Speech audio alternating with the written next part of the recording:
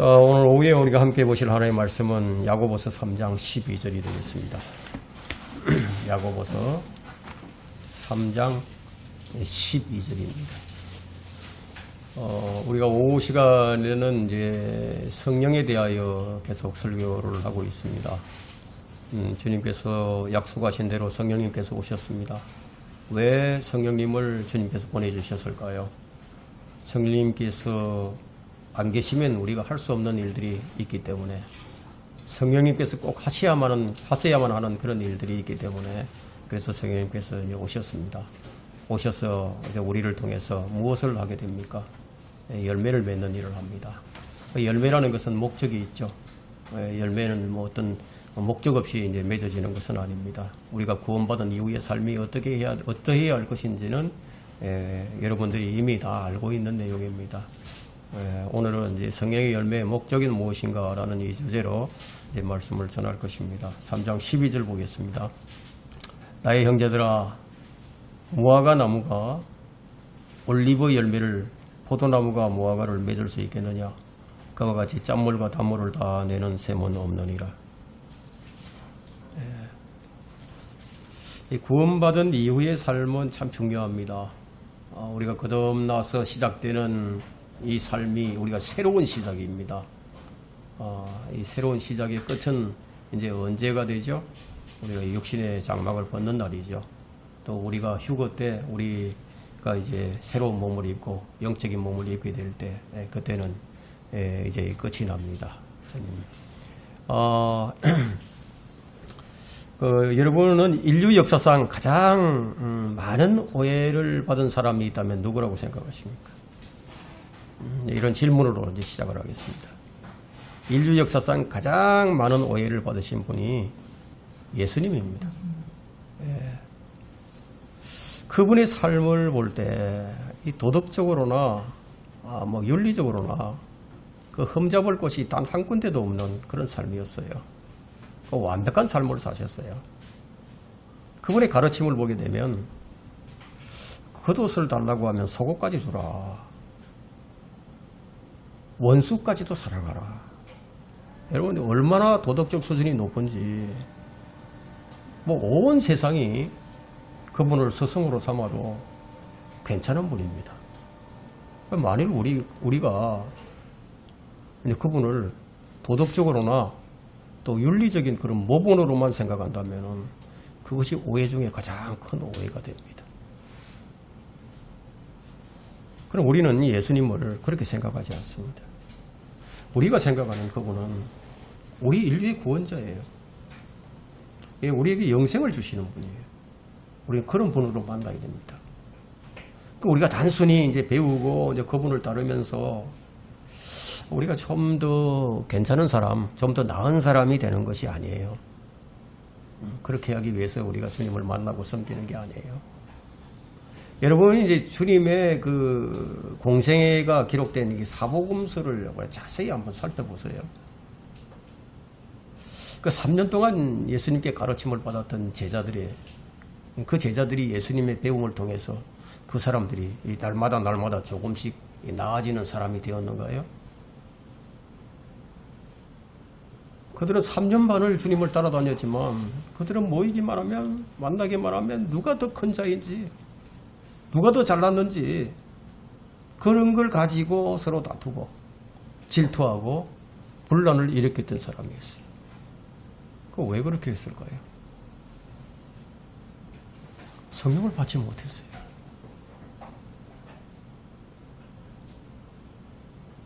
왜 그렇게 했었나요?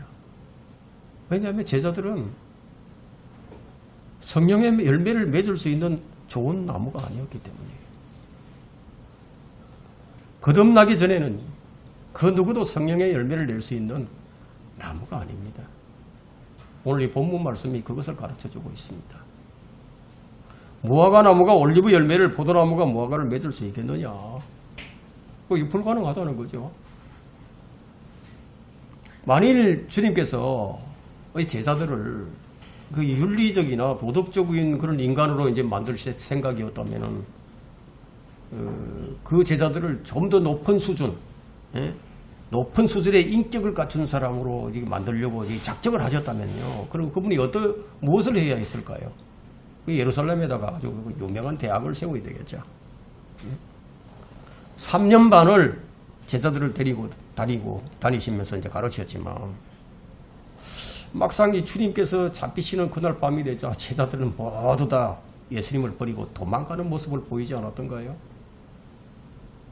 근데 그랬던 제자들인데, 오순절날에 예수님께서 약속하신 성령님께서 임하시자 이들이 달라져도 너무 많이 달라져 버렸어요.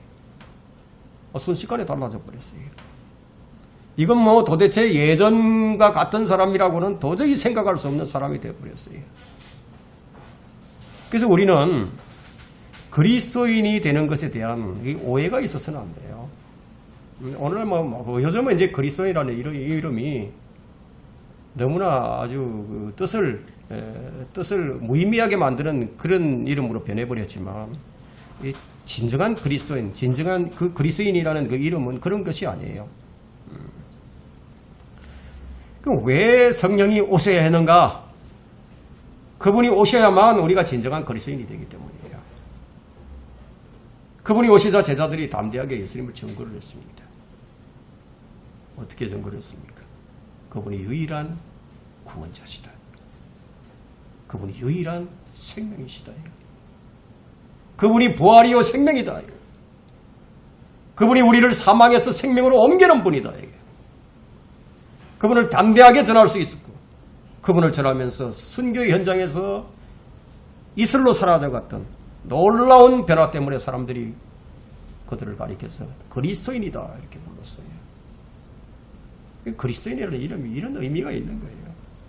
그냥 뭐 단순하게 모여가지고 예배를 드리기 때문에, 그들이 함께 모여서 공동체 생활을 했기 때문에 그리스도인이라 부른 게 아니고, 그게 아니라는 거예요.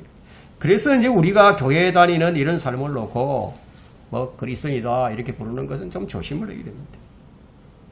그리스도인, 진정한 그리스도인이 되는 것은 그냥 뭐 예배당 다니는 것만으로는 부족합니다.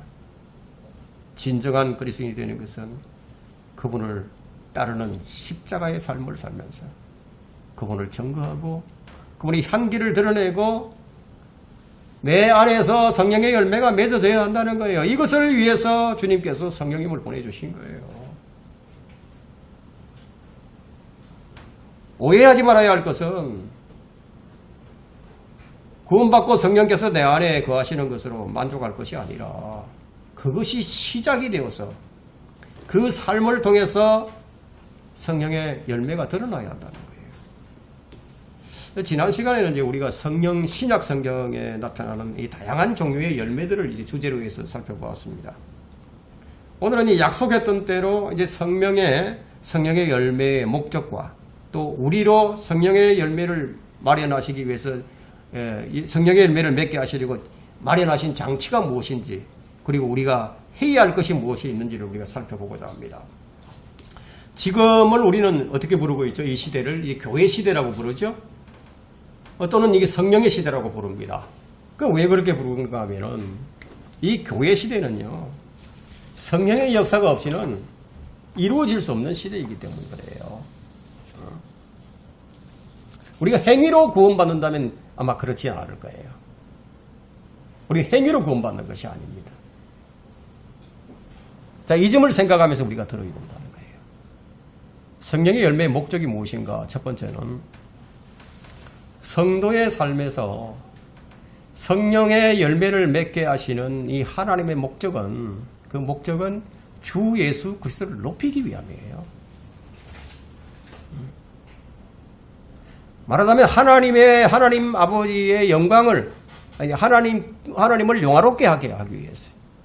그래서 요한복음 15장 8절에는 너희가 많은 열매를 맺는 이 일로 내 아버지께서 영화롭게 되실 것이요 너희는 내 제자가 되리라. 열매의 목적이 뭡니까? 아버지를 영화롭게 하는데 그 목적이 있어요. 뭐 이 부분에 대해서는 뭐 다음번에 더 자세하게 이제 설명을 이제 할 것인데, 자, 성령의 열매는 그 어린 양의 피로 구속받은 이 변화된 사람의 삶의 증거가 됩니다. 내가 구원받았다. 내가 어린 양의 피로 구속받아서 이제 새로운 삶을 사는 새로운 사람이 되었다. 그 사람의 삶의 증거가 뭐냐? 성령의 열매라는 거예요.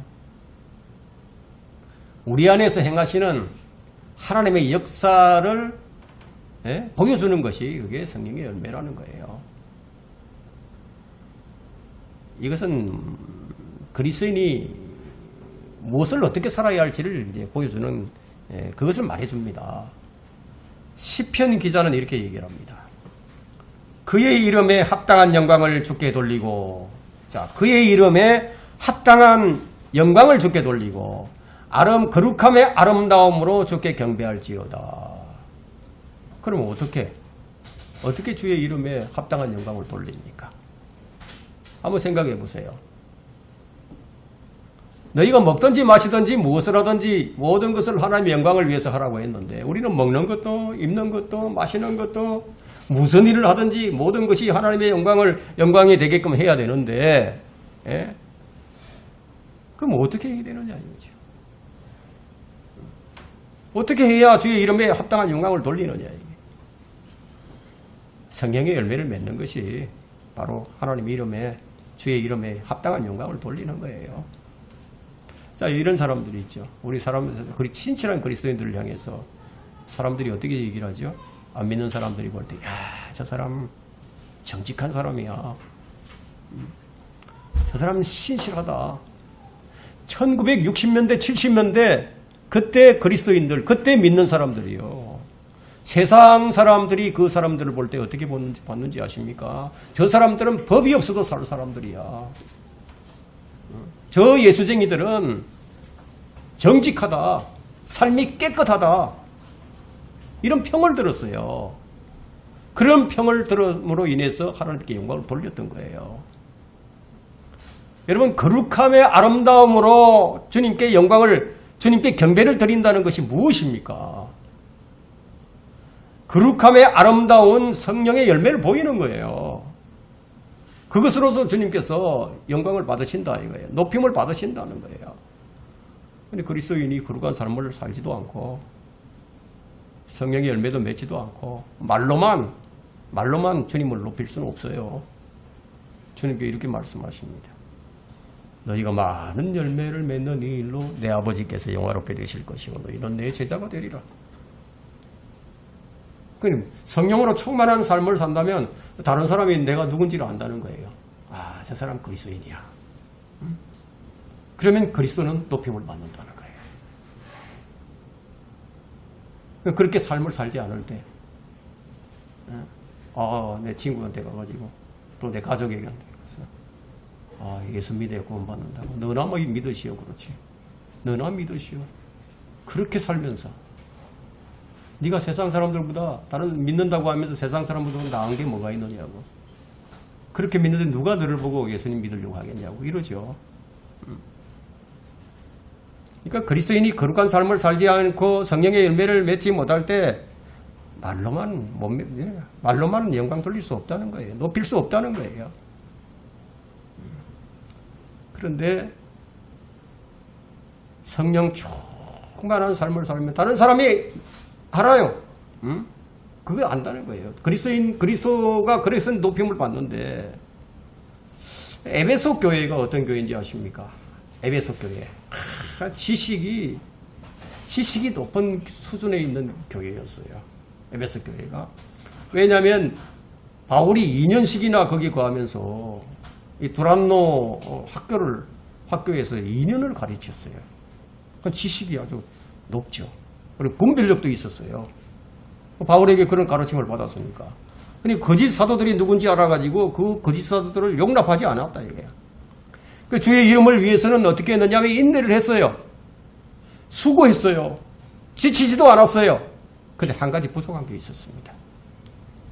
그들은 첫사랑을 잊어버려요. 첫사랑을 버렸다. 그래서 주님께서 네가 어디서 떨어졌는지를 기억하고 회개하라고 얘기하죠. 회개하고 처음에 일들을 행하라고 얘기했습니다. 처음의 일들이 무엇인가요? 그들이 주의 이름을 위해서 온갖 수고를 다했지만 책망받는 원인이 무엇이었냐면 성령의 열매를 맺지 못했기 때문이었다는 거예요. 여러분, 성령의 열매는 9가지로 분류되지만 성령의 열매 하나예요. 그건 성령께서 맺으시는 거예요. 성령께서. 사람이 맺는 게 아니다. 이게. 그러니까 사람이 맺으면 그것이 뭐 편차가 좀 생길 수가 있겠죠. 그죠? 사람이 맺으려면 균형을 맞추기가 어려워요. 사랑이 있는데 믿음이 없을 수 있고요. 절제는 있는데 친절은 없을 수도 있어요. 그러나 성령의 열매는 성령께서 맺으시니까 편차가 없다.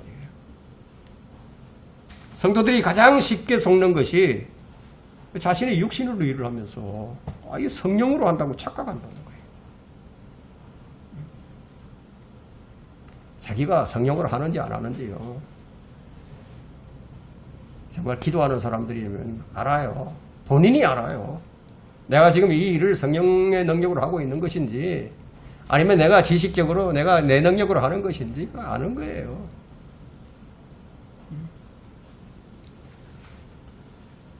욥기에는 이런 말이 있습니다. 당신은 사람들이 바라보는 그분의 일을 더럽히기를 기억하라 얘기합니다. 욥기 36장 24절에서 이게 멋있는 말이죠. 그죠? 사람들이 바라보는 그분의 일을 드높이기를 기억하라.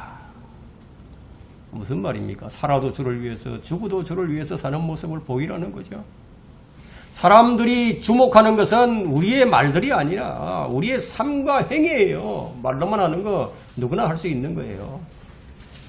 주님께서도 선한 행위로 빛을 비추라고 말씀하셨어요. 그런데 말은 이게 빛이 될 수 없어요.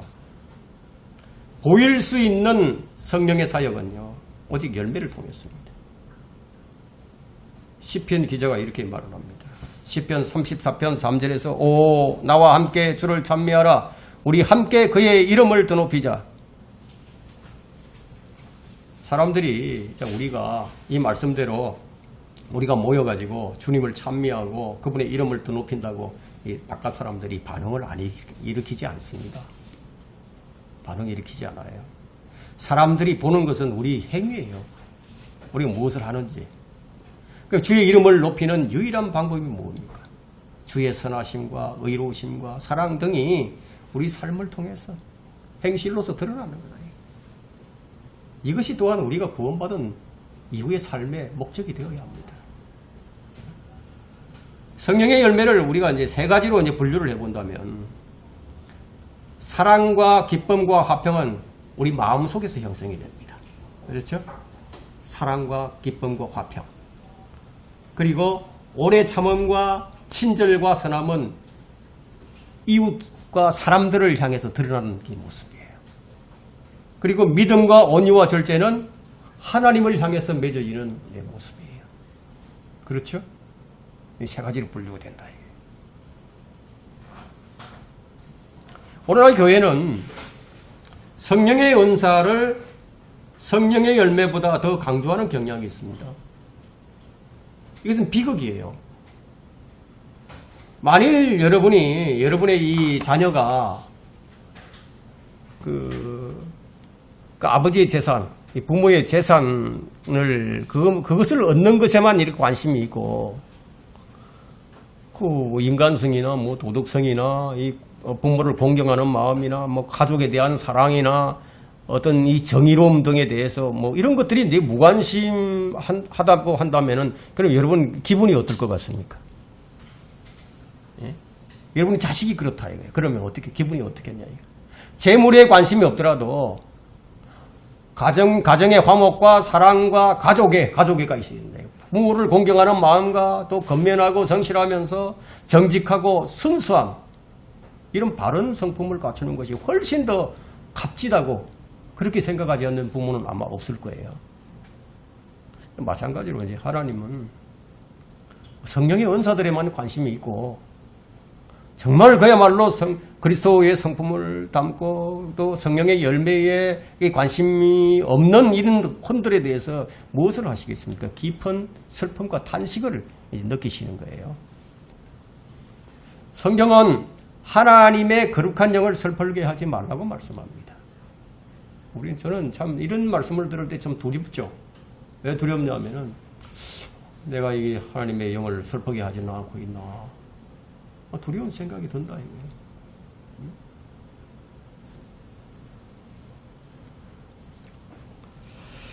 성령의 은사들은 필요해요. 이 사역을 하려면 필요한 거예요. 이 사역에 필요합니다. 그러나 이보다 더 중요한 것은 성령의 열매예요. 하나님께서는 우리가 하나님의 거룩한 성품과 또 의롭고 도덕적인 성품을 가지고 살기를 원하십니다. 여러분, 우리가 성령의 열매하니까 너무 자주 듣다 보니까 이 주목이 안 됩니다. 성령의 열매에 주목해야 되는데. 성령의 열매는 말 그대로요. 말 그대로 성령의 열매예요. 우리가 맺을 수 있는 열매가 아니라 성령이 우리 안에서 맺는 열매입니다. 그래서 오늘 이 본문의 말씀에는 무화과 나무가 올리브 열매를, 포도나무가 무화과를 맺을 수 있겠느냐. 그와 같이 짠물과 단물을 다 내는 셈은 없느니라고 했습니다. 우리의 상태는 이와 같다는 거예요. 우리의 상태가. 짠물과 단물 다 낼 수 없어요. 우리가 성령의 열매 9가지 형태의 그걸 낼 수가 만들 수 없다. 이게 다.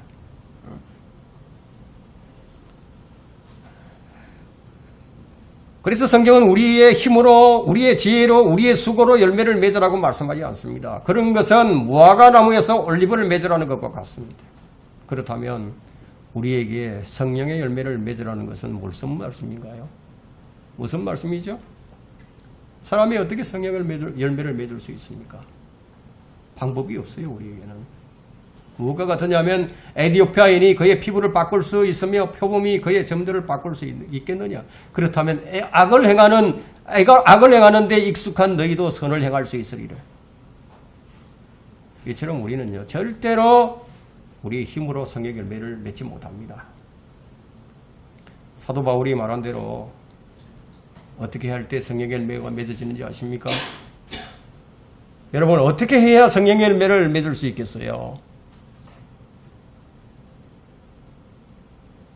성령께서 맺으시는데 어떻게 이르죠? 내 안에 사시는데 그럼 어떻게 성령의 열매를 맺느냐? 내가 아니라 내 안에 사시는 그리스도를 통해서만이 성령의 열매가 맺어집니다. 우리 삶은 어떻게 되어야 되느냐? 내가 사는 삶이 내가 아닌 그리스도로 사는 거예요. 내가 아닌 그리스도로. 참 어렵죠. 이 말을 들어보면 이게 도대체 무슨 말씀인가 어려워요. 이해가 잘 안 됩니다. 거듭나지 못한 사람은 더군다나 전혀 알 수가 없습니다. 내가 아닌 그리스도로 사는 것. 이것을 위해서 성령님께서 우리 안에 들어오셨습니다. 두 번째는 하나님은 우리 안에 성령의 열매를 맺을 수 있는 장치를 다 마련해 두셨습니다. 어떤 장치를 마련하셨는가 하면 첫째, 하나님 우리를 진리의 말씀으로 나오셨어요. 야고보서 1장 18절에는 그분 자신의 뜻으로 우리를 진리의 말씀으로 나오셔서 우리로 그의 피조물들 가운데 첫 열매들에 속한 자들이 되게 하셨느니라. 첫 열매들에 속한 자가 되었다. 첫 열매들은 구약 성도들이에요. 우리는 첫 열매에 속한 자들이에요. 하나님께서는 농부십니다. 그분이 농사를 지으시는데 농사를 지으셔서 수확을 하셨어요. 익었는지 안 익었는지 한번 거둬봤어요. 그것이 구약 성도들입니다. 첫 열매를 거둬봤죠.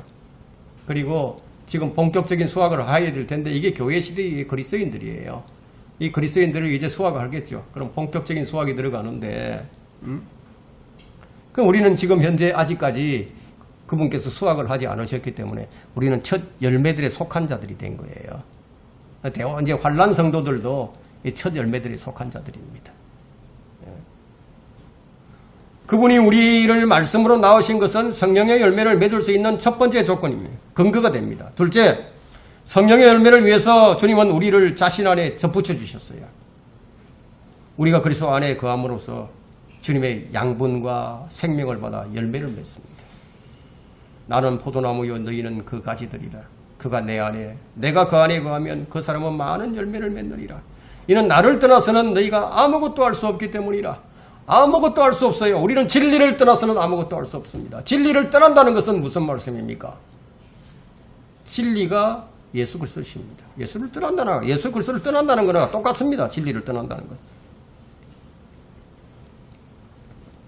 주님은 우리를 낳으시고 버려두신 것이 아니라 주님은 우리와 유기체적인 관계를 맺으셨어요. 그래서 우리는 열매를 맺을 수 있게 되었습니다. 주님이 우리 안에 마련해 주신 장치는 세 번째는요. 신성의 능력이 생명과 경건에 속한 모든 것을 주셨어요. 우리가 베드로후서 1장 3절 한번 펼쳐보겠습니다. 베드로후서 1장 3절 4절 봅니다. 여기 이제 신성의 능력이 나옵니다. 즉 그의 신성의 능력이 생명과 경건에 속한 모든 것을 우리에게 주심에 따라 우리를 영광과 덕에 이르도록 부르신 분의 지식을 통해 그리 되기를 바라노라. 이로써 우리에게 크고 귀한 약속들을 통해 정욕으로 인해 세상에 있게 된 타락을 피하여 하나님의 본성에 동참하는 자가 되게 하려 하심이라. 이것을 볼 때 열매를 맺게 하시려고 우리에게 필요한 모든 것들을 다 주신 것을 알 수 있습니다. 이런 것들은 우리가 구하기도 전에 이미 우리에게 다 이미 주어져 있는 것들입니다. 근데 여기에 보니까 우리를 영광과 덕에 이르도록 부르신 분의 지식을 통해 그리 되기를 바라노라. 근데 참 여기서 한 가지 문제가 발생합니다. 사람들이 지식을 추구합니다. 이전과는 다르게 지금 뭐 대부분의 이제 모든 교회에서 이 지식을, 성경적 지식을 이제 가르칩니다. 근데 성경적 지식으로 끝나버리고 맙니다. 이 성경적 지식, 그러니까 그분의 지식, 부르신 분의 지식을 통해 그리 되기를 바라노라고 했는데 그리 안 되고 있다 이거예요. 왜 이렇게 되었습니까? 성령을 소멸해버렸든지 성령을 안 받았든지 둘 중에 하나다 이게. 많은 그리스도인들이 성령을 소멸하면서 살아갑니다.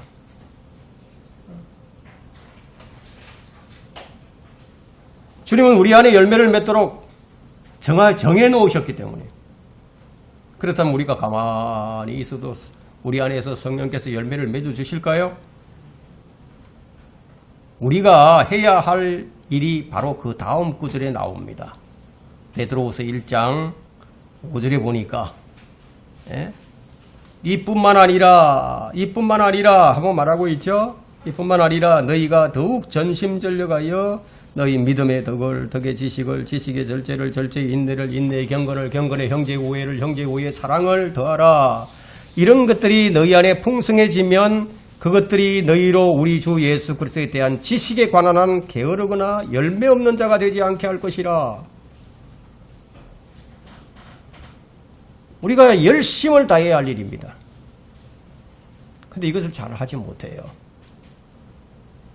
믿음의 기초 위에다가 7가지를 쌓아야 하는데, 근데 자꾸만 뭔가 빼고 건너뜁니다. 차곡차곡 차례대로 쌓아 나가야 되는데 빼먹어요. 우리가 최선을 다해야 할 일은 하나님으로부터 받은 신성한 능력이 생명과 경건에 속한 모든 것이 드러나게 하는 거예요.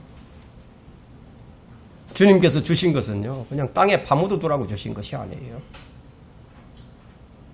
주님께서 지극히 크고 보배로운 약속을 주신 것은 그것으로 살라는 거예요. 그것으로 살아라. 구원이 전부가 아니다. 여러분, 구원이 전부라면 얼마나 좋겠습니까? 예? 구원이 전부다 이러면 얼마나 좋겠어요. 근데 이뿐만 아니라 너희가 전심전력하여 이런 말을 하고 있어요.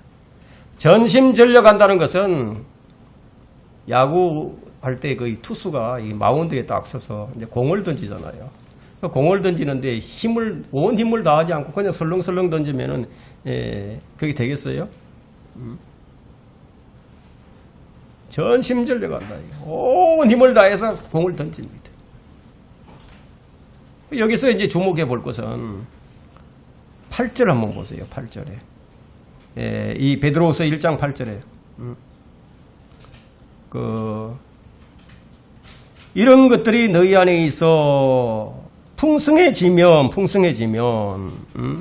그것들이 너희로 우리 주 예수 그리스도에 대한 지식에 관한 한 게으르거나 열매 없는 자가 되지 않게 할 것이라. 뭔가를 만드는 거죠. 자, 만든다. 하게 한다는 그런 단어를 썼는데, 메이크라는 단어를 썼는데요.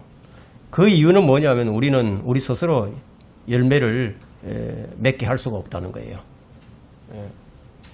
그 5절, 6절, 7절에 나와 있는 것들 보면 믿음, 덕, 지식, 절제, 인내, 경건, 형제, 우애, 사랑 이렇게 이것이 이제 우리를 열매를 맺게 메이크 한다는 거죠. 무엇이 열매를 맺게 하는지 한번 주목해 보세요. 여러분이 아무리 성경을 열심히 공부하고 설교를 많이 듣고 하나님의 경륜에 정통을 해서 교회의 휴거가 뭔지, 대환란이 뭔지, 그리스도의 심판석은 뭔지, 천년왕국이 뭔지, 뭐 이런 것 온갖 지식을 다 갖췄다고 할지라도 성령의 열매를 맺지 못하는 경우가 얼마든지 있다는 거예요. 신구약을 다 공부를 하고 날카로운 통찰력을 소유해서 온갖 말에 다 능하다 할지라도 그런 것이 여러분 안에 사랑과 기쁨과 평안이 넘치게 해주지는 않는다는 것이에요. 성경에 대한 다양한 지식이 여러분 안에 인내와 절제를 만들어주지 않는다는 것이에요.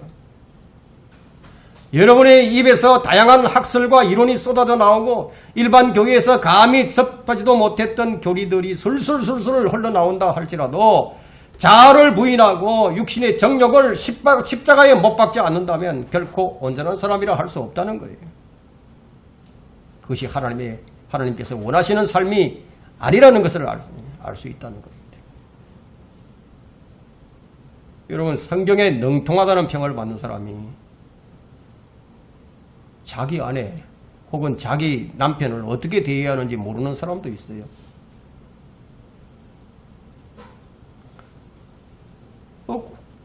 목사들 중에도 그런 사람들이 있다. 이게. 구원받고 거듭나서 교회에도 열심히지만 자기 남편에게 덕이 안 되는 아내도 있다. 이게.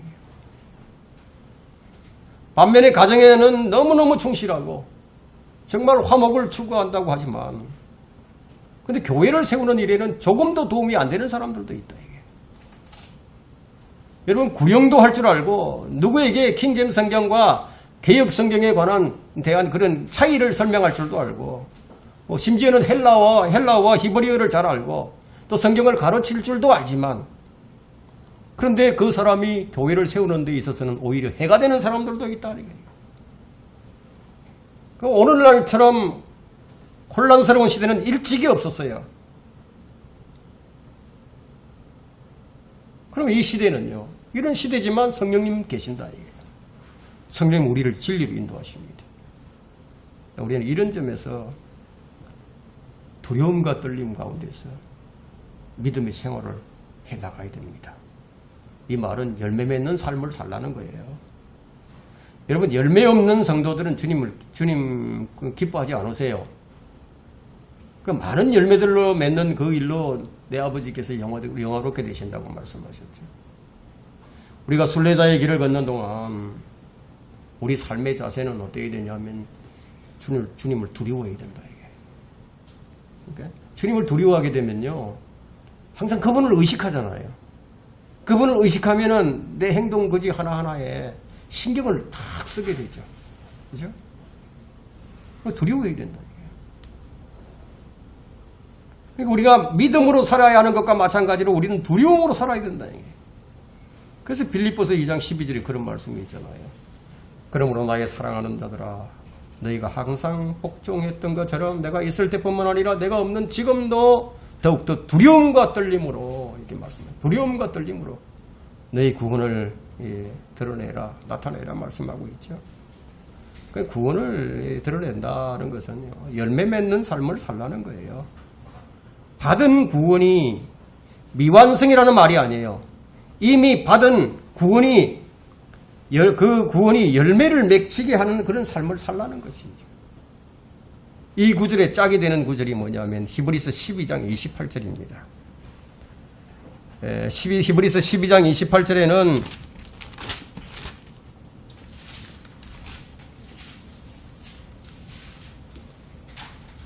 그러므로 우리가 흔들릴 수 없는 왕국을 받으리니 은혜를 소유하자. 우리가 이 은혜로서 하나님을 기쁘게 섬기되 뭐가 나오죠? 경외함과 경건한 두려움으로 할지니라. 하나님을 두려워하는 것이 지식의 시작이고 지혜의 시작이다. 그럼 하나님을 두려워하게 되면 우리가 그분을 의식하지 않을 수가 없어요. 그분이 지금 보고 계시는데, 그분이 다 보고 계시고 그분 앞에 서서 설명도 해야 하는데, 어떤 우리가 한 빈말이라도 그분 앞에 설명을 해야 되는데 어찌 두렵지 않겠습니까? 우리는 모두 은혜를 입은 사람들입니다. 은혜를 입었어요. 그럼 우리가 필요한 게 뭐예요? 더 많은 은혜가 필요하죠. 더 많은 은혜를 얻고자 기도하는 분들이 많아요. 그럼 은혜를 받은 사람은 어떻게 살아야 합니까? 그 은혜를 힘입어서 해야 할 일이 뭐냐면 경건한 두려움으로 주님을 섬기는 거예요. 경건한 두려움이에요. 만약 주님을 두려워함이 없다면 구원받았다 할지라도 어떻게 살 것 같습니까? 구원받은 사람이라 할지라도 만약 하나님을 두려워함이 없다, 그러면 개와 돼지 같은 삶을 살게 되는 거예요. 주님이 두렵지 않기 때문에 육신의 정욕대로 살아도 아무렇지도 않아요. 하나님은 안 두려워하는데. 우리는 구원받았기 때문에 지옥의 형벌에 대한 두려움은 전혀 없어요.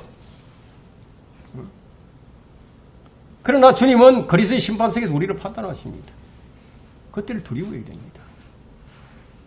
육신을 입고 살아가는 믿음의 삶은 주님을 두려워하는 삶이 되어야 한다는 거예요. 베드로가 뭐라고 했는지 아십니까? 베드로가 베드로전서 1장 17절에서 이런 말을 합니다. 또 외모로 보지 않으시고 각 사람의 행위에 따라 판단하시는 분을 너희가 아버지라고 부른다면 너희의 이곳 나그네 시절을 두려움 속에서 지내라. 두려움 속에서 지내라. 그런데 어떻습니까? 여러분 정말 두려워하십니까? 저는 이게 하나님을 정말 두려워하면서 사는 사람들 별로 본 적이 없어요. 정말 두려워하면서 살아야 된다.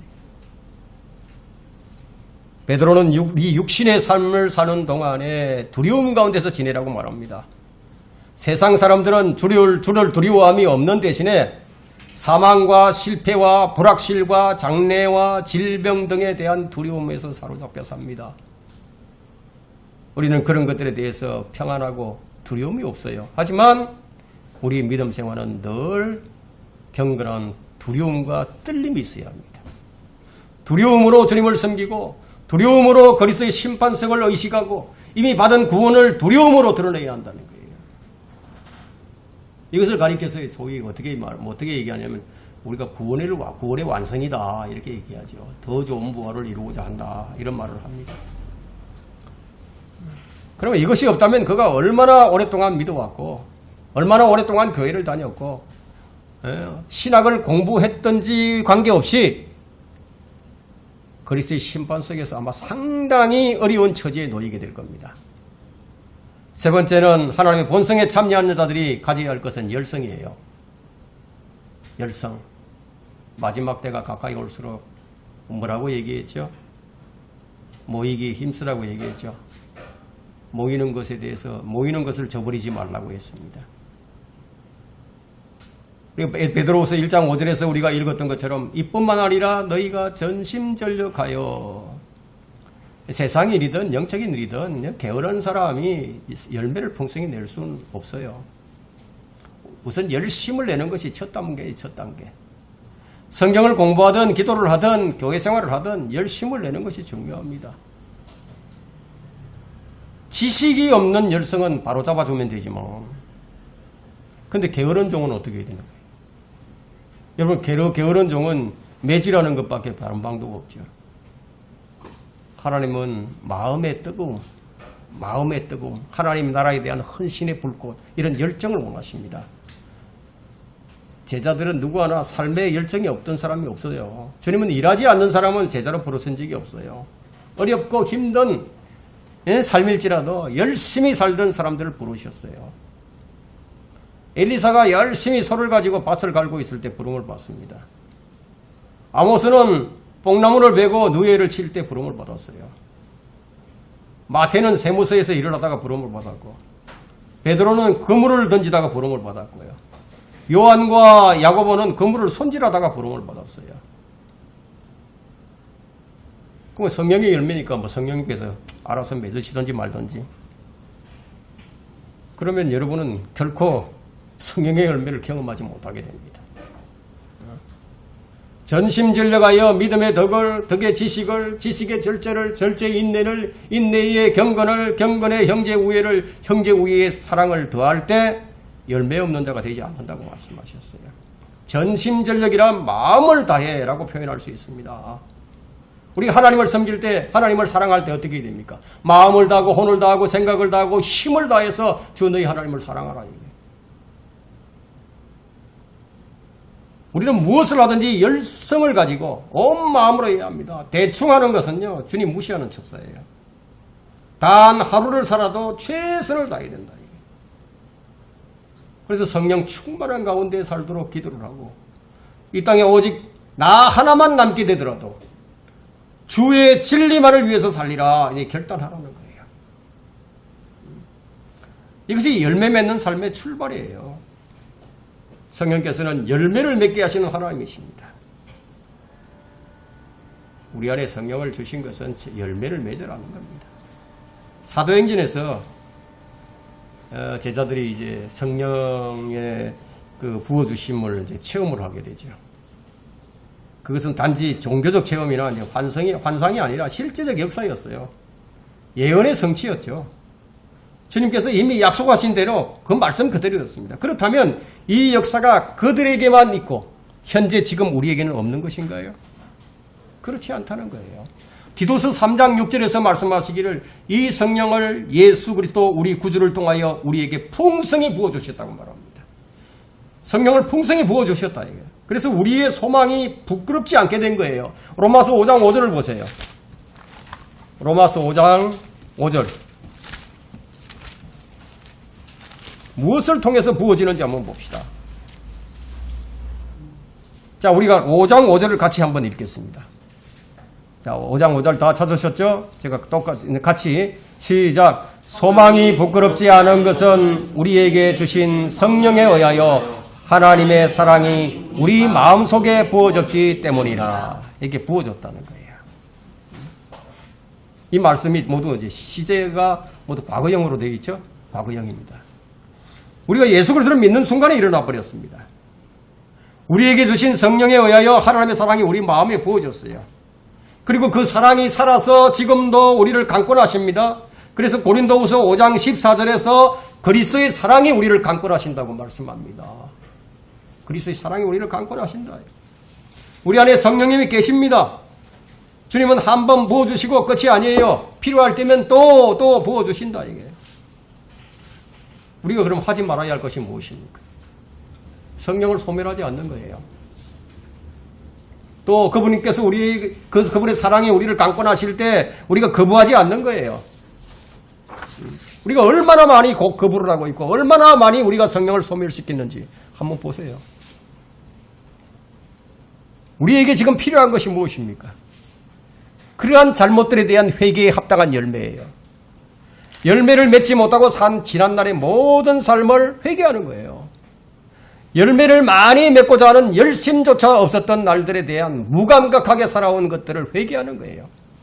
성령 충만을 말하면서도 성령의 인도를 거부하고 있었고 성령의 조명을 받지 않고 순종하는 삶을 살지 않은 것에 대한 회개가 있어야 된다. 세상의 염려와 재물, 이생의 자랑 등으로 인해서 믿음이 소멸되고 말씀이 열매를 맺지 못하는 것들에 대한 회개가 있어야 된다. 회개는요, 합당한 열매를 요구합니다. 여러분, 회개에 합당한 열매를 얘기하고 있죠. 그 성경을 가르치면서 제가 이제 경험하게 되는 것은요, 하나님의 성품에 참여하는 자들이 그다지 많지 않다는 것에 대해서 저는 굉장히 놀랍니다. 성도들이 섬기는 일, 덕을 세우는 일, 열매를 맺는 일에는 그냥 아직 어린아이 상태에 머물러 있어요. 설교와 성경 공부의 방향이 교리와 책망과 바로잡음과 의로 훈육하는 그런 것이지만 이런 것들을 받을 만큼 성숙한 사람들이 거의 없다는 거예요. 말씀을 들으면 이런 생각이 들죠. 왜 내게 이런 말씀을 하시지? 꼭 나한테 하는 얘기 같아서 그냥 마음이 좀 상해요. 다툼, 질투, 분노, 투쟁, 분열, 이단, 시기, 불순종 이런 것들은 모두 육신의 열매지 성령의 열매가 아닙니다. 그 성령으로 거듭났고 성령의 기름 부음을 받았다고 하지만 성령의 열매를 맺지 못할 때 우리가 해야 할 일이 있습니다. 그 말씀이 잠언 1장 23절에 있죠. 잠언 1장 23절을 한번 보세요.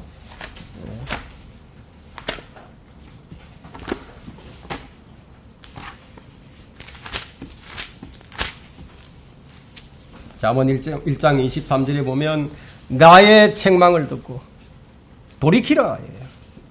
나의 책망을 듣고 돌이키라. 보라 내가 내 영을 너희에게 부어 너희에게 나의 말들을 알게 하리라. 주의 책망을 듣고 주님께로 돌이켜야 된다. 요게 회개입니다. 요게 회개예요. 그냥 주님 내가 잘못했습니다. 회개합니다. 이게 아니고 돌이키는 것이 회개예요. 설교를 이렇게 듣는 것으로 만족해서는 안 됩니다. 들었으면 바르게 이해했다면 깨달았다면 돌이키는 거예요. 말씀만 듣기만 해서는 아무 소용이 없죠. 그래서 야고보서 1장 23절에 또 뭐라고 얘기합니까? 우리가 잠언 1장 23절을 보고 이제 야고보서 1장 23절을 봅니다. 야고보서 1장 23절에는 누구든지 하고 나오죠. 누구든지예요.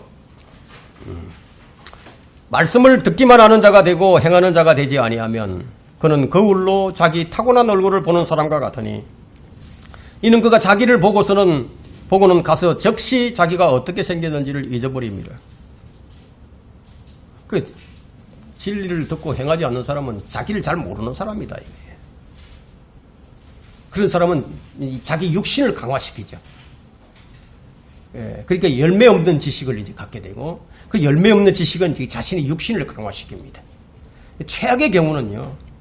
육신적인 사람이 이게 성경 구절을 착착 들이대면서요. 사람들과 논쟁을 합니다. 그 사람들은 대단해 보이죠. 대단해 보입니다. 저 사람 대단하다. 성경 구절을 착착착착 들이대면서 논쟁을 하니까 자 이보다 끔찍한 일은 없어요. 그걸 가지고 이제 자기 자신을 변명하고 합리화하는 데 써먹는다 이거예요. 돌이키는 대신에 자기 자신을 변정을 합니다. 그리고 남을 공격하고 막 비판을 하고 헐뜯고 그냥 남을 무너뜨려요. 이런 것은 여러분 생각해 볼 때 성령의 인도와 관계가 있는 겁니까 없는 겁니까? 아무런 관계가 없다 이게. 우리는 성령께서 우리 삶을 주관하시는 것이 필요합니다. 아까 우리가 이 잠언 1장 23절을 본 것처럼 나의 책망을 듣고 돌이키라. 보라 내가 내 영을 너희에게 부어 너희에게 나의 말들을 알게 하리라. 성경이 아니면 모르는 거예요. 성경은. 근데 이렇게 돌이키지 않는다. 돌이키지 않고 계속해서 완악한 그런 상태에 머물러 있다면 그러면 어떻게 하실까요? 다른 영을 부어줘 버립니다. 무섭죠? 다른 영을 부어주신다. 그건 다름이 아닌 잠들게 하는 영이에요. 이사야 29장 10절에는요. 이런 말씀을 하시는데 이는 주께서 깊은 잠의 영을 너희에게 부어주사 그것도 그냥 잠의 영이 아니고 깊은 잠의 영을 너희에게 부어주사 너희의 눈을 감기게 하셨으니 눈을 감기게 하셨다. 누구를 감기게 하셨느냐 1차적으로 보게 되면은 그가 선지자들과 너희 치리자들과 선견자들을 가리셨느니라. 이게 무슨 말씀이에요? 설교자들을 그냥 다 눈을 가려버렸다. 계속 완악하다면 그 어떻게 됩니까? 평생토록 영적 소경으로 살아간다는 거예요. 이들이 공부하지 않는 거 아니에요. 열심히 공부를 합니다. 그런데 성경의 말씀대로 항상 배우나 결코 진리 지식에 이르지 못하는 그런 상태에 있다는 거예요. 알게 하시는 분은 성령님이십니다.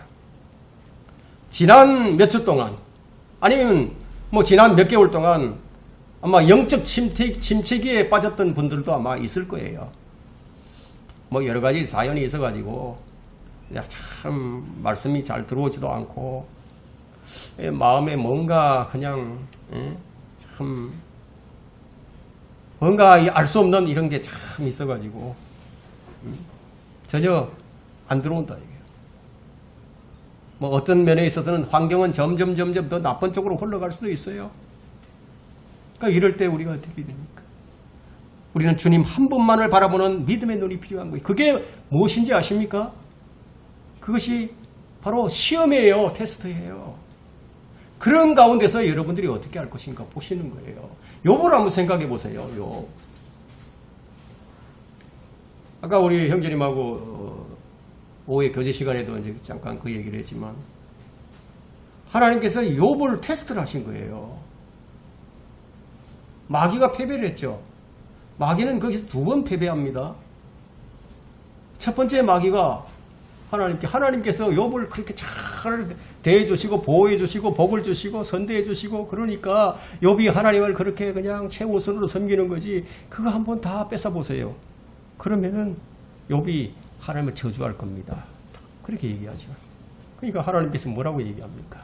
그래. 그와 같은 사람은 없어. 한번 해봐. 다만 그 몸은 건드리지 마.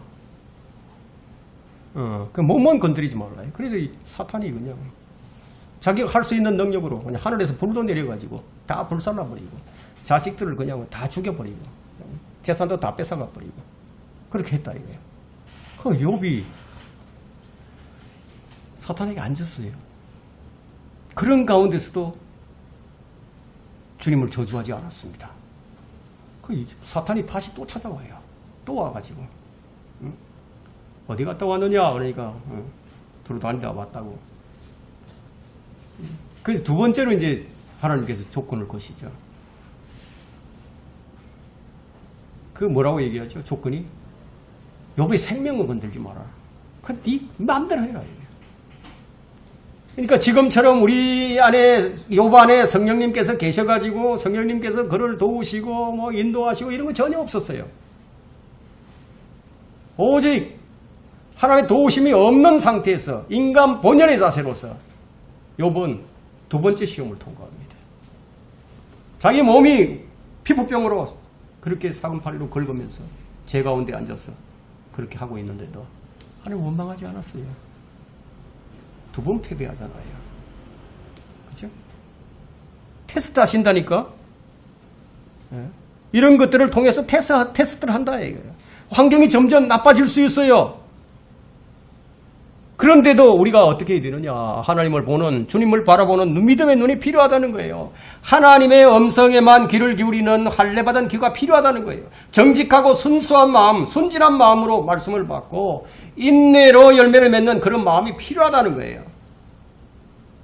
주님이 성령을 우리에게 풍성히 부어주시면은 우리는 풍성한 열매를 맺는데 그 일이 별로 어렵지 않습니다. 이사야 32장 15절에는 그 영을 위로부터 우리에게 부어주실 때까지라. 광야는 비옥한 들이 될 것이며 비옥한 들은 살림으로 여기지리라. 현재 여러분의 마음이 광야 같다 할지라도요. 돌이키면 어떻게 되는지 아십니까? 부드러워집니다. 말씀으로 믿음으로 말씀을 받았게 되면 열매 맺는 밭이 되는 거예요. 결론적으로 주님의 은혜를 우리가 사모한다면은 이제 우리는 내 몸이 성령의 열매를 맺는 가지가 되도록 주님께 드리는 거예요. 드린다 이거예요. 주님께서 내 안에서 이 내 몸을 통해 성령의 열매를 맺으실 때 주님이 영광 받으십니다. 우리는 의에 줄이고 목마른 자들이 되게 됩니다. 지금 현재 나의 영적 상태에 만족하지 말라는 거예요. 만족하지 말라는 거예요. 빛도 없고 향기도 없고 열매도 없고 맛도 없고 열성도 없는 지금의 영적 상태로 앞으로 남은 생을 계속 살아가야 한다면은 차라리 죽는 것보다 못하다. 그래서 우리에게는 영적 갈급함과 영적 갈망이 있어야 됩니다. 주님 말씀하시기를 요한복음 4장 14절에서 사마리아 여인에게 이런 말씀을 하셨어요. 내가 주는 이 물을 마시는 사람은 누구든지 영원히 목마르지 아니하리라. 그러나 내가 그에게 주는 물은 그 사람 안에서 영원한 생명으로 솟아오르는 샘물이 되리라. 이제 우리는 열매를 맺는 삶을 사는데 삶에 초점을 맞춰야 됩니다. 하나님께서는 우리가 회개에 합당한 열매를 맺고 주님 말씀에 갈급해야 하고 또 열심을 품을 때 열매를 맺게 해주시고 그분은 영화롭게 되십니다. 우리는 또한 주님의 제자로서 모든 사람들에게 본이 되는 빛을 전하는 그런 사람들이 될 수 있는 거예요. 모든 일을 하나님의 영광을 위해서 해야 됩니다. 오늘 이렇게 말씀을 마치도록 하겠습니다.